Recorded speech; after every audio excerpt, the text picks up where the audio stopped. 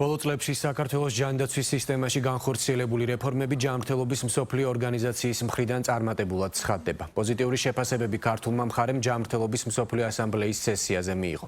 გლობალურ ღონისძიებაში მონაწილეობს მიხეილ სარჯოლაძე. სერტიფიკატი, რომელიც საქართველოს საშიში ინფექციის მალარიისგან თავისუფალ ქვეყნად აცხადებს, ჯანდაცვის მინისტრს პირადად ტედრო ადანომ გებრიესუსმა გადასცა. სესიაზე დადებითად შეფასდა თამბაქოს კონტროლის კანონიც. განხილვის თემა იყო პირველადი ჯანდაცვის რეფორმა, მედიკამენტებზე ფასების შემცირება და ყველა ის საკითხი, რომელმაც ჯანდაცვის სერვისებზე ხელმისაწვდომობა უნდა გააუმჯობესოს. თემაზე ანი ქაჯაია მუშაობდა. ეს სერტიფიკატი, რომელიც მალარიისგან თავისუფალი ქვეყნის სტატუსს გამოხატავს საქართველოს ჯანდაცვის უწყების ხელმძღვანელს, ჯანდაცვის მსოფლიო ორგანიზაციის დირექტორმა გადასცა. შეხვედრა ჟენევაში შედგა, სადაც ჯანმრთელობის მსოფლიო ასამბლეის 78-ე სესია მიმდინარეობს. ჯანმრთელობის მსოფლიო ორგანიზაციამ საქართველოს მალარიისგან თავისუფალ ქვეყნად 2025 წლის დასაწყისში გამოაცხადა. ეს იმას ნიშნავს, რომ ქვეყანა წარმატებით უზრუნველყოფს დაავადების გავრცელების პრევენციას და რაც მთავარია, ბოლო პერიოდში საქართველოში ინფექციის ადგილობრივი შემთხვევები არ დაფიქსირებულა.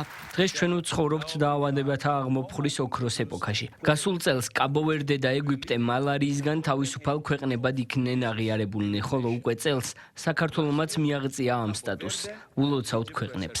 მალარია გადამდები დაავადებაა, რომელიც კოღოს საშუალებით ვრცელდება. ის ცხელებით, თავის ტკივილით, სისუსტით, ღებინებით და სხვა უსიამოვნო სიმპტომებით გამოიხატება. 1990-იან წლებში, როცა მალარია საქართველოში ჯერ კიდევ აქტიურად ვრცელდებოდა, ამ დაავადებამ ათეულობით ადამიანი იმსხვერპლა. ინფექციით, რომელიც დღესაც კი მსოფლიოში 100,000-ობით ადამიანის დაღუპვის მიზეზია, საქართველოში ადამიანები აღარ იღუპებიან. საქართველო არის კლასიკური მალარიის ქვეყანა თავის ბუნებრივი პირობებით.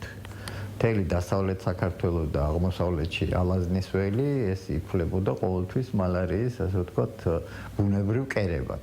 ძალიან მნიშვნელოვანი ღონისძიებების გატარება დაიწყო ჯერ კიდევ 90-იანი წლების ბოლოს, 2000-იანების დასაწყისში და მივახციეთ იმას, რომ ისევ, ასე ვთქვათ, ქვეყანა არა მარტო ჩვენ არ ქონია უკვე 12 წელიწადია ადგილობრივი შემთხვევა მალარიის არ ქონია საქართველოში, ანუ თუ გვაქვს შემთხვევები, რა თქმა უნდა, ყოველთვის არის, მაგრამ ეს არის შემოტანილი შემთხვევები. თავარი არის დროულად იპოვნო პაციენტი, ანუ სისტემამ უნდა დროულად გამოავლინოს ნებისმიერი პაციენტი, რომელსაც აქვს მალარია და დროზე უკურნალოს მას, რომ მისგან აღარ მოხდეს გავრცელება.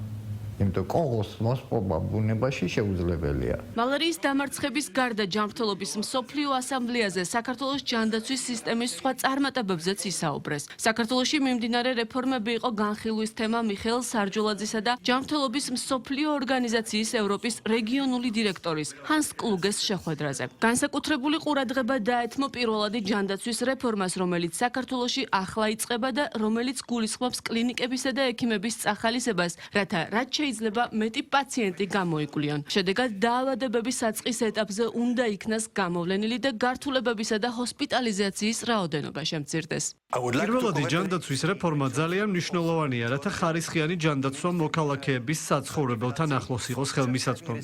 მეორე, მედიკამენტებზე ხელმისაწვდომობის გაზრდა, რაც ხორციელდება ძალიან ყურადღებით დაგეგმილი რეფორმებით, როგორიც არის საავადმყოფოების დაფინანსების სისტემა და მოლაპარაკებები ფარმაცევტულ კომპანიებთან. მესამე, რისკ ფაქტორებზე მუშაობა. ეს არა მხოლოდ საქართველოს, არამედ მთელი რეგიონის ამოცანაა. თამბაქო, ალკოჰოლი, ფიზიკური აქტივობა, ჯანსაღი კვება, მარილის მოხმარების შემცირება. ჩვენ ძალიან კმაყოფილები ვართ ამ მიმართულებით მიღწეული პროგრესით და თანამშრომლობით. განსაკუთრებით საამაყოა, რომ ამ კონტექსტში საქართველო აღქმულია და აღიარებულია როგორც ერთ-ერთი წარმატებული და ძალიან მნიშვნელოვანი წვლილის შემტანი მსოფლიო ჯანდაცვის სისტემაში. ჟენევაში მიმდინარე ასამბლეის ფარგლებში მიხეილ სარჯოლაძე თურქ კოლეგას შეხვდა. მთავარი თემები იყო მედიკამენტების ფასების შემცირება და თანამედროვე სამედიცინო ტექნოლოგიების გაზიარება. გაიმართა შეხვედრა გლობალური ფონდის წარმომადგენელთანაც. დღის ბოლოს კი ministri სესიაზე სიტყვით გამოვიდა.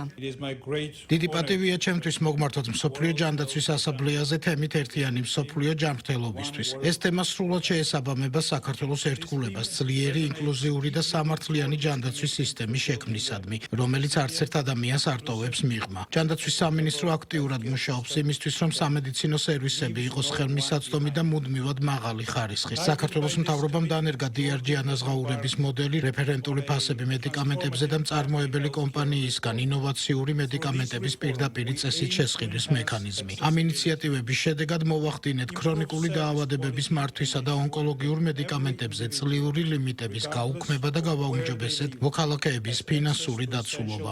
ჟენევაში მიმდინარე ასამბლეაზე ჯანმოს წევრმა სახელმწიფოებმა პანდემიების აღკვეთის, რეაგირების და მზადყოფნის შეთანხმება დაამტკიცეს. დოკუმენტის მიზანია მსოფლიო უკეთ იყოს მომზადებული შესაძლო ახალი პანდემიებისათვის და საჭიროების შემთხვევაში ქვეყნებმა სწრაფად შეძლონ ვაქცინების, თავდაცვის საშუალებებისა და ყველა იმ ტექნოლოგიის მიღება, რაც საშიში ინფექციების გავრცელების რისკს მაქსიმალურად შეამცირებს.